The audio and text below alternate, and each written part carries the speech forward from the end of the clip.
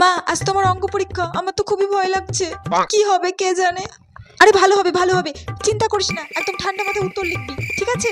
আর সব ভালো হবে, ভালো করে পরীক্ষা দিবি। আর শোন, এদিক ওদিক তাকাবি না, একদম সময় নষ্ট করবি না, ঠান্ডা মাথায় একদম বুঝিয়ে তারপর অঙ্ক করবি, ঠিক আছে? আচ্ছা, অঙ্ক খাতাটা ভরে নি বলো, ওটা যেতে যেতে দেখে নেবো। হ্যাঁ হ্যাঁ, খাতাটা নিয়ে নে। শোন মনে, একদম ঠান্ডা মাথায় ভেবে চিন্তে তারপর পরীক্ষা দিবি, কোনো দিকে তাকাবি না, ঠিক আছে?